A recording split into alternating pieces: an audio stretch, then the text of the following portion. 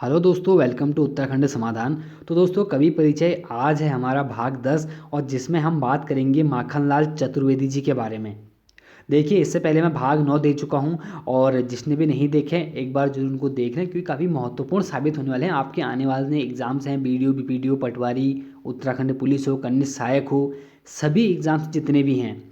और जब हम बात करते हैं दोस्तों कि माखनलाल चतुर्वेदी जी की, तो दोस्तों एक हमारे ऐसे व्यक्ति होते हैं जो कि हमारे हिंदी में साहित्य अकादमी पुरस्कार प्राप्त करने वाले प्रथम व्यक्ति हैं, इसीलिए बहुत महत्वपूर्ण बनते हैं। और इससे पहले मैं उन सभी कवियों को दे चुका हूं दोस्तों जिनका संबंध कहीं ना कहीं हमारे उत्तराखंड से था।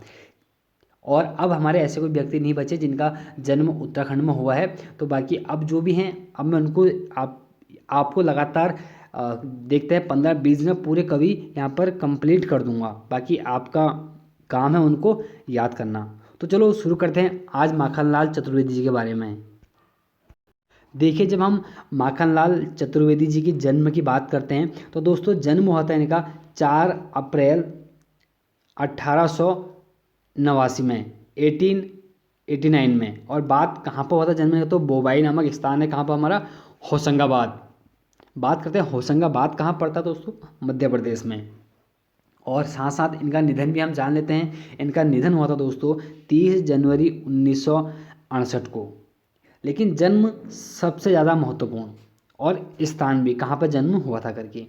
अब देखिए, हम 4 अप्रैल को जिस दिन इनका जन्म हुआ था, हम उसी दिन को दोस्तों पंडित माखनलाल चतुर्वेदी जन्म दिवस के रूप में भी हम मनाते हैं। और बात करते हैं दोस्तों इनका उपनाम। इनका उपनाम दोस्तों बहुत ही महत्वपूर्ण है। क्यों महत्वपूर्ण इनका उपनाम बनता है? क्योंकि भाई ये एक भारतीय आत्मा के नाम से जाने जाते हैं। एग्जाम में पता नहीं कितनी बार पूछा गया होगा और पूछा भी जाएगा कि एक भारतीय आत्मा किसका उपनाम है।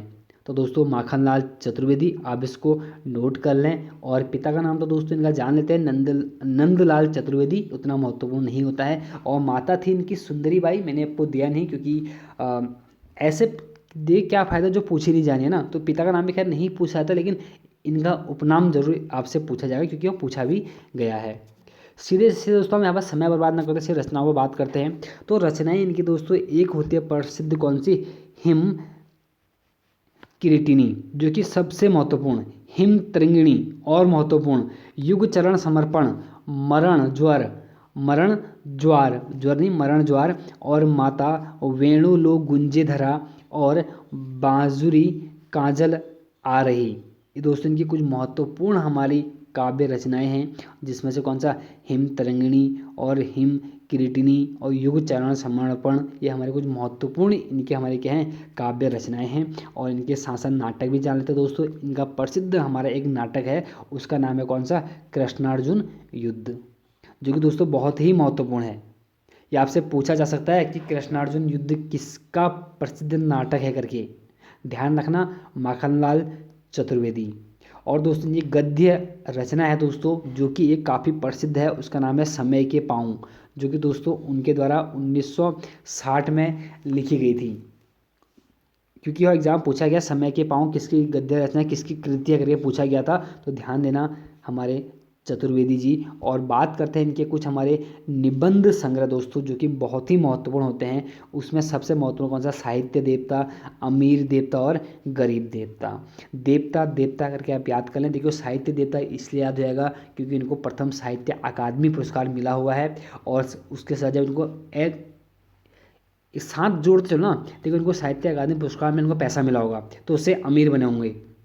पहले ये गरीब थे, ऐसे याद कर लो, पहले गरीब थे, इनको साहित्य अकादमी मिला, फिर क्या हो गए, अमीर हो गए। तो सब में देवता जोड़, लास्ट में क्या बन गए कि देवता बन गए। ठीक, इनको सब कुछ मिलता है। तो